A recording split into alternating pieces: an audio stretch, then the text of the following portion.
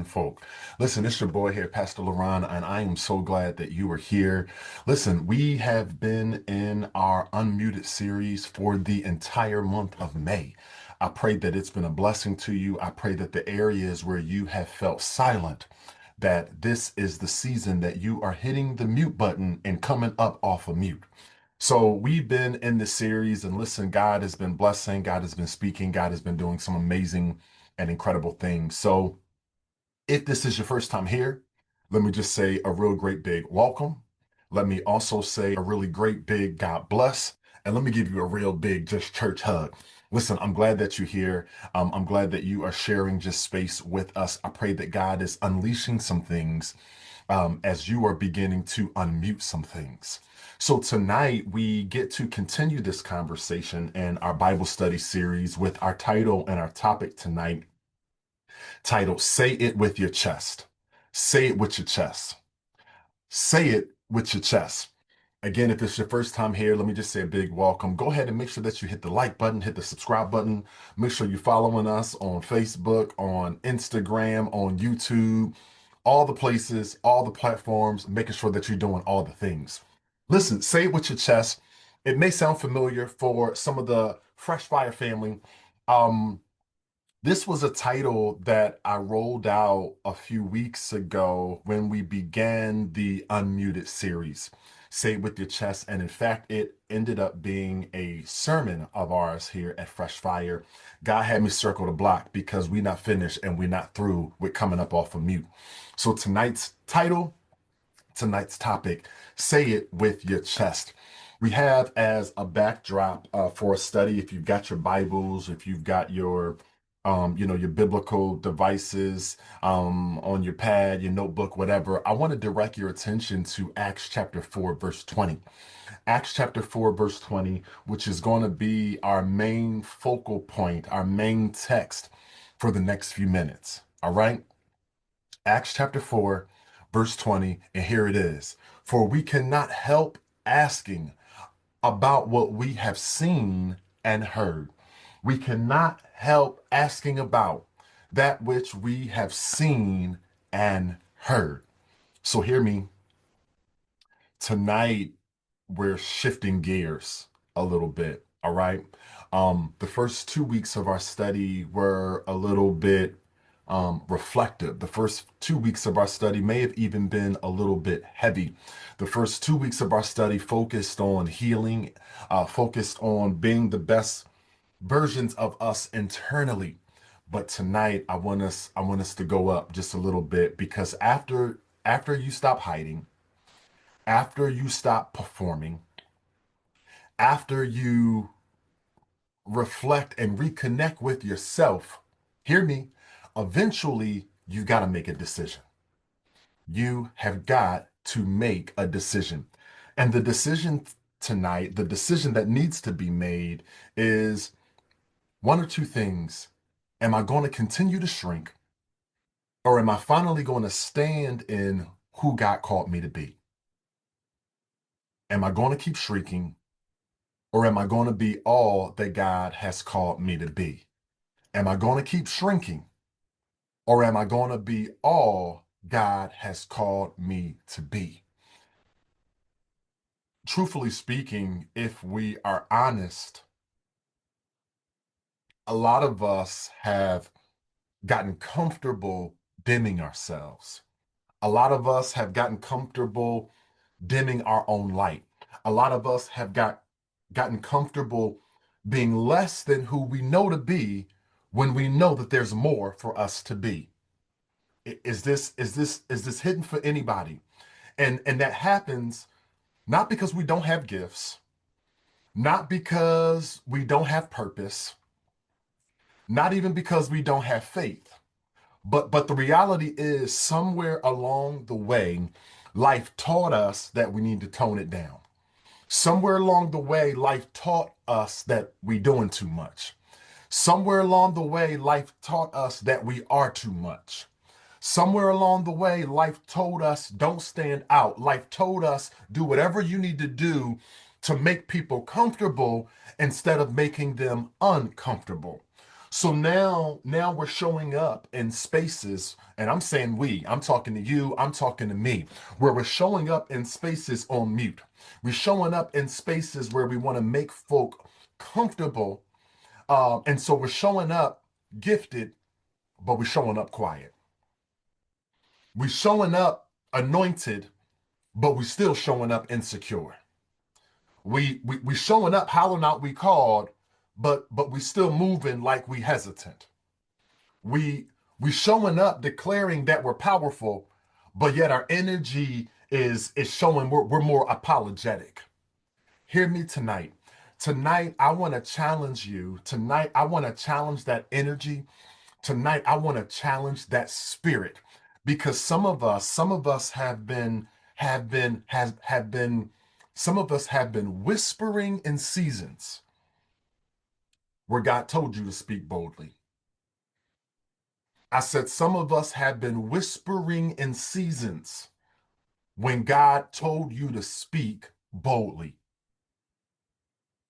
Can I tell you the crazy part? Here's what's crazy. Here's what's so crazy is people will be loud about everything else except be loud about what actually matters. I said we will be loud about everything else except being loud about what actually matters. We'll get loud online. We'll get loud in arguments. We'll get loud in the group chat.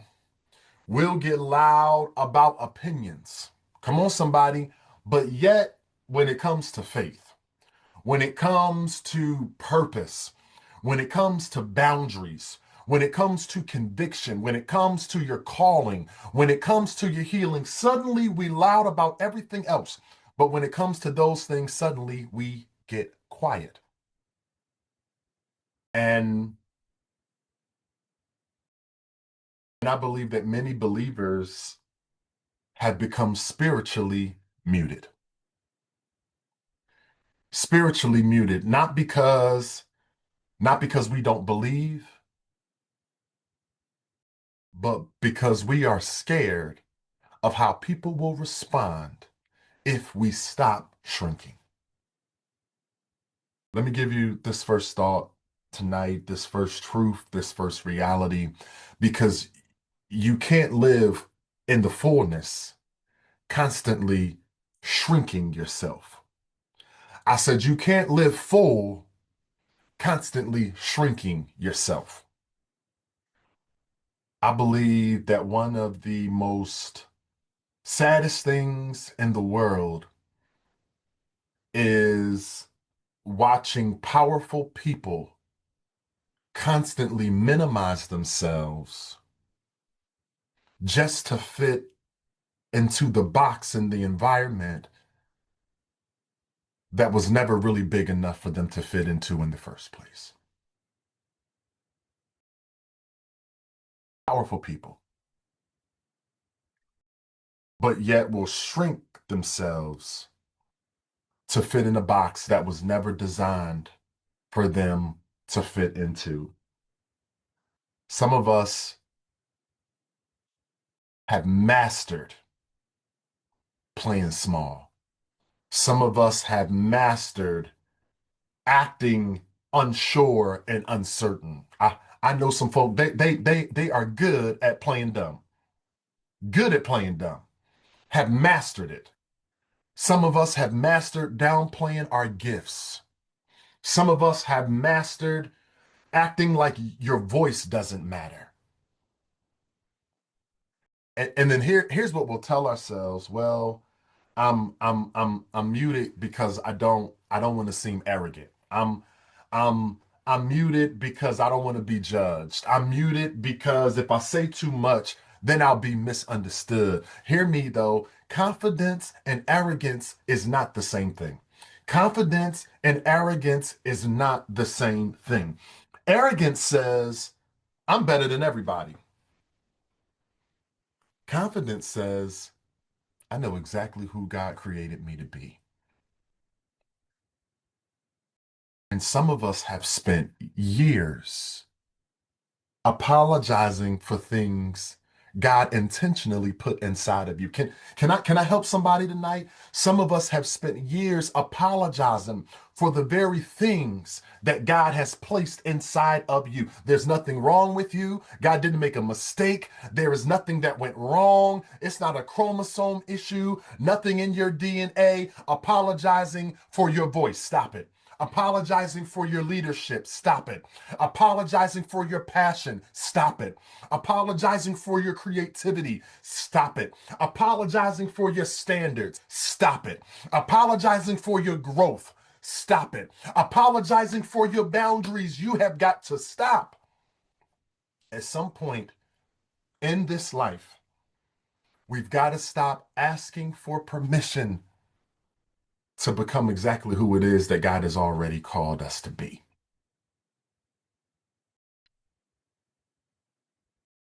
And and I think that part of the issue is many of us are waiting until the fear disappears before we can move boldly. We're waiting on the absence of one thing to be replaced by another. Hear me though, because courage, boldness, it don't work like that. Boldness is not the absence of fear.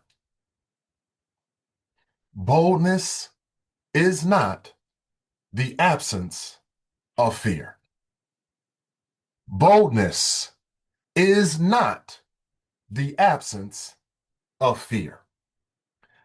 Acts chapter 4, we just read this, verse 20, but really the whole chapter is powerful because the disciples are speaking boldly after opposition. I don't want you to miss this.